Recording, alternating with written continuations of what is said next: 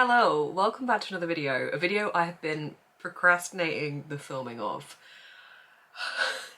I read 15 books in October, which is the most amount of books I have read, I think, since January 2021, when I vowed I would never read that many books again because of how long the wrap-up took me.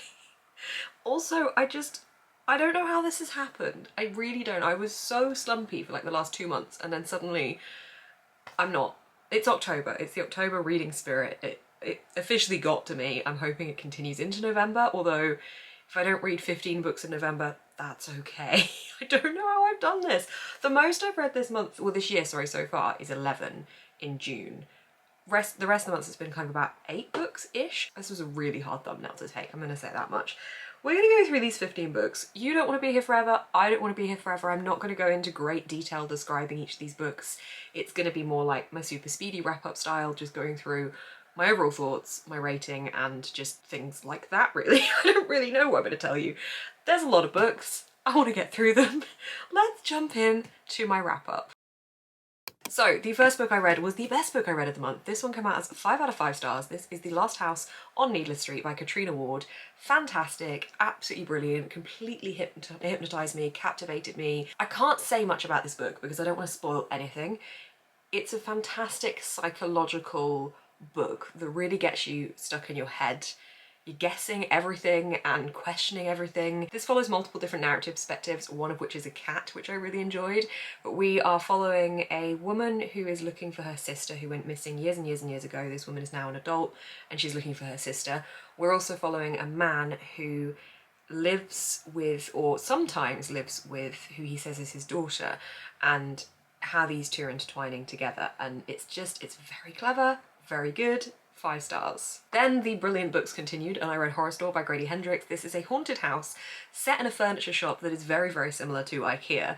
This was brilliant. The format is completely unique. I absolutely love the fact that it is literally like an IKEA catalogue. It was so much fun to read and I just really enjoyed that, and I think that experience made it even more enjoyable. I gave this 4.5 out of 5 stars. It had fleckers of moments that scared me. Definitely very strange, definitely gave me what I wanted it to give me. I think it was really unique and I liked it for that reason. I have read several books now by Grady Hendrix and I think this is probably in the top 2 for me. The number 1 spot goes to the book that I will talk about shortly, but I liked this one. If you want a haunted house story that's not too terrifying and with a slight different angle to it, then I would recommend this. Then I thought I would break up the horror and read a contemporary fantasy romance. This is a kind of Gilmore Girls Practical Magic style fantasy book. It's the XX by Erin Sterling, haven't actually said that. This one, I don't really love this kind of book anyway, but I gave it a go because I'd heard a lot of good things about it and I thought it would be a kind of nice break in between reading the horror. But it didn't really wow me. I didn't really enjoy the story all that much. I didn't feel very invested. It felt very loosely woven and that kind of lost me a little bit along the way. I can see why people do like it and I didn't completely dislike it. It didn't blow my mind. It didn't do what I wanted it to do. I mean, I don't think I expect it to blow my mind as such, but it was fine. I gave it 3 out of 5 stars. Then I read My Heart is a Chainsaw by Stephen Graham Jones. This is kind of a homage to slasher films. We have a main character who really likes slasher films and then thinks that there might be a slasher film type of thing happening in her town when a final girl turns up. There's a couple of final girl tropes in the books that I've been reading this month and I'm really interested in it. It's a very interesting thing to look into when you see the way that some of the authors write about it and how it's in some films and the kind of typical tropes that are in horror. Having read a lot of horror this month now, I think most of the books, definitely most of the books I've read have been horror, and seeing how different authors approach the same tropes is quite good fun. This one unfortunately did not grab me. It was very disjointed and that made it really difficult to read. I felt it was a really broken up reading experience and I just felt like I wasn't connected to the story, I wasn't connected to the characters. It was very difficult to grasp what was happening, where we were, who we were with at all times of the book, and for me that just didn't work, unfortunately. So I gave this one 3 out of 5 stars. If you've seen my Scotland vlog, and if you haven't, it's up here, it was great fun, you will have seen me mention The Last Girl to Die by Helen Fields. So in the start of October, mid-October, I don't even know when it was anymore, October just was a blur. It was great. October was a very good month. In October, Lauren from Fiction Tea and I went to Scotland on a trip that was arranged by Visit Scotland. I mean, Lauren lives in Scotland, I went to Scotland, picked her up, and then we went to the Isle of Mull, where this book is set. So it was really cool to read this book on the Isle of Mull. It's a crime thriller following a detective who's been brought to the island to look into the disappearance of a young girl. And we see a lot of different sides of this island, a lot of people on the island and how they're kind of reacting, and different parts of the culture around the island as well. It was really interesting to read about, and I think especially reading it on the island just made the atmosphere even better for me, and I gave this one 4 out of 5 stars. Okay, taking a 10-second breather. This is going semi better than I expected. I expected to be stumbling over my words a lot more and forgetting the books, but actually they were all generally pretty decent books. So I think they really stayed in my brain. It was a very good month for reading. This one nearly hit the 5-star mark. This is The Final Girl Support Group by Grady Hendrix. This is a very different style to Grady Hendrix's other books, but it is my favourite Grady Hendrix book. It's more psychological horror and does follow people who have been the final girl in their own version of a horror story, and they're in a support group, if you hadn't guessed that from the title. And there is somebody kind of picking them off one by one, and our main character is trying to find out why this is happening and how she can stop it from happening. I really liked this because, again, similar to My Heart as a Chainsaw, this definitely felt like a homage to slasher films and to horror films, but I actually followed this one and I felt connected to the characters and what was going on, and I think it was a great read, and I definitely would like to read more of Grady Hendrix's style like this as well. I like the other style that Grady Hendrix writes in too, but this I think is a different publishers, and there's definitely, you can tell, a different approach. I really liked it and gave it 4.5 out of 5 stars. Then I had to break up the horror a little bit and read Carrie Soto is Back by Taylor Jenkins Reid. So I went to the Bath event for this and got to listen to the talk, and it was absolutely fascinating, fantastic talk. Really brilliant. I love hearing authors just talk about their passions and their drive for writing. It just makes me feel so excited to read and pick up books that are these worlds that authors have just crafted in their brain. It just, authors are fantastic, books are fantastic. Anyway, the event was brilliant. I really enjoyed this one. I liked that it was something that I didn't think I would care about. I don't like tennis, I don't watch tennis.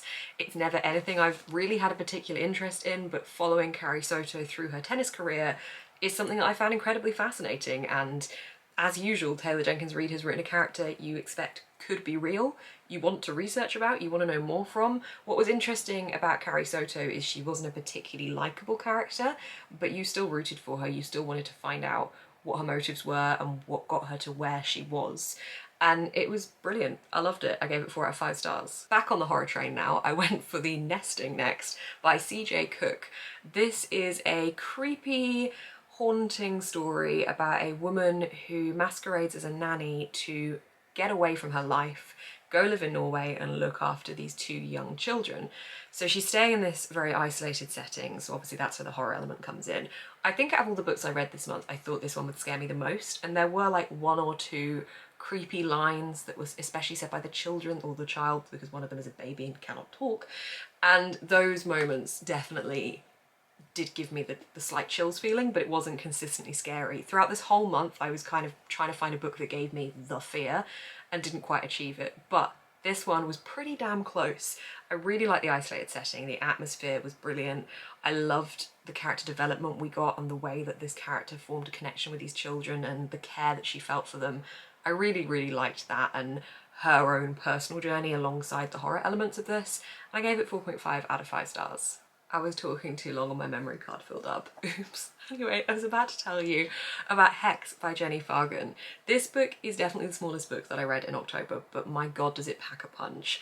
This is incredibly powerful. It had a lot of interesting discussions about the roles of women and social commentaries about how women have been treated throughout time, and how whilst treatment has changed of women since the 1500s, which is when this book is set, we see a character come from the future, or I assume our modern day, basically the future for the character that we're following in the 1500s, and their discussion that really things haven't progressed as much as they should have by any means.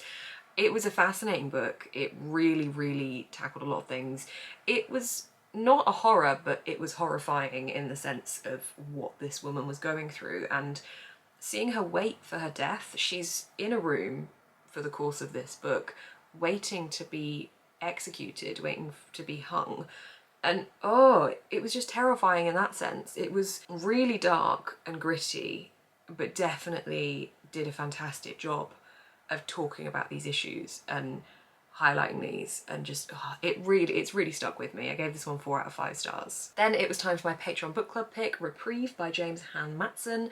This one I picked because I thought it was quite unique sounding. I thought It was an escape room murder mystery thriller type of thing. From the blurb, somebody dies in an escape room and we go back and look at the characters that are there with them and how they all got to that point and how this person ended up dying. So I thought it would be thriller, high-paced, high stakes. It wasn't those things, but it was really good. It was a lot more than I expected it to be. This is another book with a lot of social criticism in it, and it looks at American life, these different characters that we have coming together, the different experiences that they have had, the different cultures that they have come from, and how that has changed their experiences growing up in America or coming over to America. One of our characters is from Thailand initially, and he comes over to university in America, and it follows his experience as well. This certainly has horror aspects to it as well. We have the full contact haunted house, and we're seeing the characters have their experience in this house, and all the horror references there, and one of the characters really enjoys reading horror books and watching horror films, so we see things from their perspective as well. There's a lot in this. I really enjoyed it, a lot more than I expected to, once I realised it wasn't what I expected it to be, and I think if you can go into this with the right expectations for it, I think it's a really interesting read, and I gave it 4.5 out of 5 stars. It was about time I picked up a graphic novel, so I read The Sad Ghost Club Volume 2 by Liz Meddings. This is a really beautiful story following two ghosts who find each other, and they each have their own things going on with mental health, and they can find this unity in each other, and it's really sweet, it's really wholesome, and it's about them trying to expand out this little group and be able to help more people find companionship in their mental health and be able to feel like they have people they can just be with and just exist with, and it's just lovely, it's super cute. I really love the simplicity of it. I love the use of the ghosts for the characters, and it's really, really sweet. I gave this 4 out of 5 stars. Okay, by this point, I really wanted to scare the shit out of myself and it just wasn't really happening. So I picked up, oh, it's upside down. Doesn't it look like that should be the right way around? Okay, pretend that didn't happen. I picked up The Haunting of Hill House by Shirley Jackson. I know this is a Netflix show. I know the Netflix show is very, very, very different. Haven't watched it yet, will be watching it soon. But I wanted to pick this up and see if it would scare me, because obviously the Netflix show is known for being quite scary, and I thought, well, this is the source material, this is the inspiration, it's gotta scare me, right? Like, please just give me the fear. It did not give me the fear. I mean, it did for one moment, one line, I had that moment of like, ooh, and then it just didn't continue with that one line. It was really good though. Very atmospheric, very beautifully written, the perfect autumnal wintry read, a great ghost story, but I think the main reason that this one didn't scare me is because the main characters themselves were not really scared in the situation that they were in. This is a haunted house story. 4 characters go to this haunted house to kind of study elements of it and see if it is haunted. I think that was never really fully made clear why they were there, but it was some kind of research thing.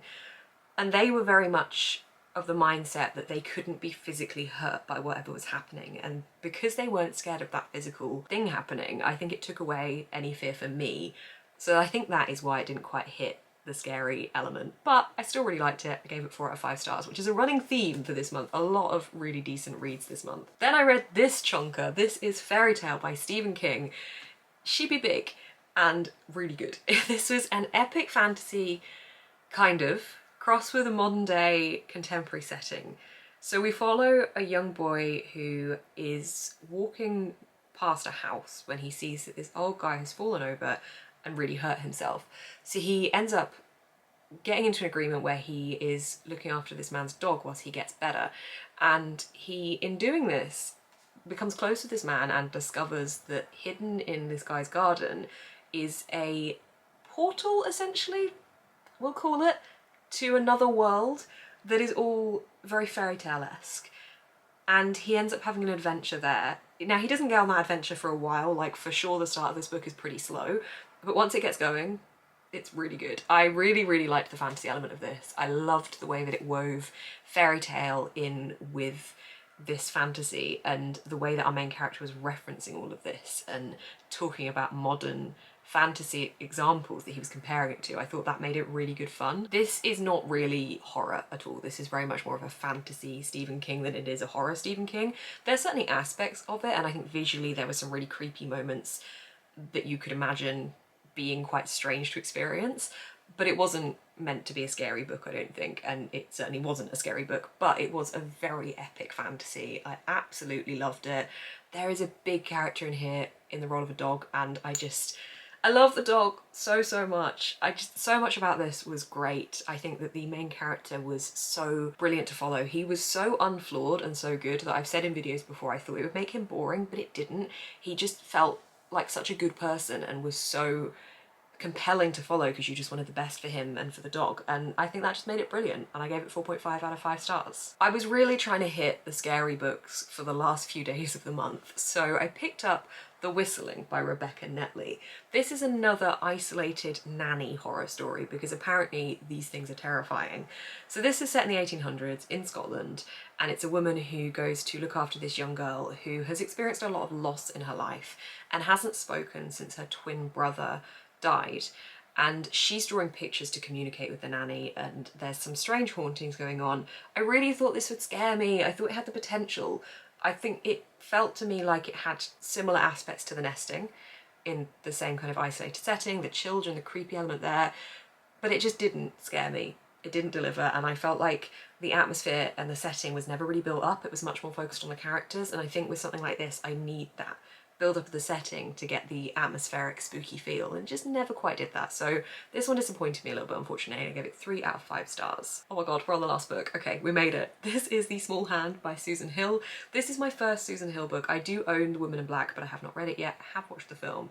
Now, I picked this one up because one of the things that had been creeping me out in the books I was reading when there was a moment of fear is apparently a reoccurring thing, is when somebody is holding someone's hand and they think they're holding their friend's hand, for example, and it's actually not their friend's hand and it's like a ghost hand type of thing. And I always find that moment very like, oh god, and it always gets me. So I thought, well, this one's all about that. It's a haunting. It's about this little hand that is haunting this man. I mean, I think the little hand's attached to the little body as well, but it had the potential and it didn't scare me. This is the last chance for October to read a book that really scared me, and it didn't happen. I really liked it. It was very atmospheric, and again, another one that would be perfect to read autumn, winter time of year. It really felt very cozy. It was a book that I read over a couple of hours, just sat under my blanket with some candles on the sofa. It was a really nice read for that kind of thing. I like the fact that this had other things going on as well. Our main character is an antiquarian bookseller, so we have his career going on there as well as the horror aspects, and maybe that did break it up a bit and take away the fear, but it was still good. I liked it. I just wish it was more scary because that's what I was hoping for from it. But I gave this one 3.5 out of 5 stars. Oh my god, okay. That was my 15 books that I read in October. I wish that I could read books and love them that much every single month, but obviously every month is different, and I was very much mood reading in October, which I think helped. I love doing my fictionary TBR, but I also like having the ability to be able to mood read around that, and I just entirely mood read for the whole of October because we had Spookathon, which obviously the prompts are released weekly for that. So much fun as well. I think doing Spookathon certainly helped because I have the competitive streak in me as well. It was really great. I had a lot of fun with these books. Hopefully you have enjoyed this wrap up, and I hope that I didn't talk too much. I tried to be concise with it, but there's a lot of books. It's all good fun. Thank you so much for watching. If you have any spooky recs, I have said it before, but please drop them below because I'm basically curating a list. I did a horror haul recently in a video up here. I'll pop it up here if you want to see it. It's a book shopping trip to Oxford, and I bought many books and did a little horror haul there, and that was based on some recommendations that you guys had given me before, but if you have any more, please do drop them below. I'm adding them all to my wish list. Thank you so much for watching this video. If you did enjoy, please do give it a thumbs up, comment down below, as I said, if you have any horror recommendations, what books you enjoyed reading in October, how many books you read. You can also subscribe to see more of my face on your feed, and linked down below you will find my Patreon where I do lots of extra content, and also my online shop where I sell Lightroom presets. Thank you so much for watching, keep smiling and stay positive.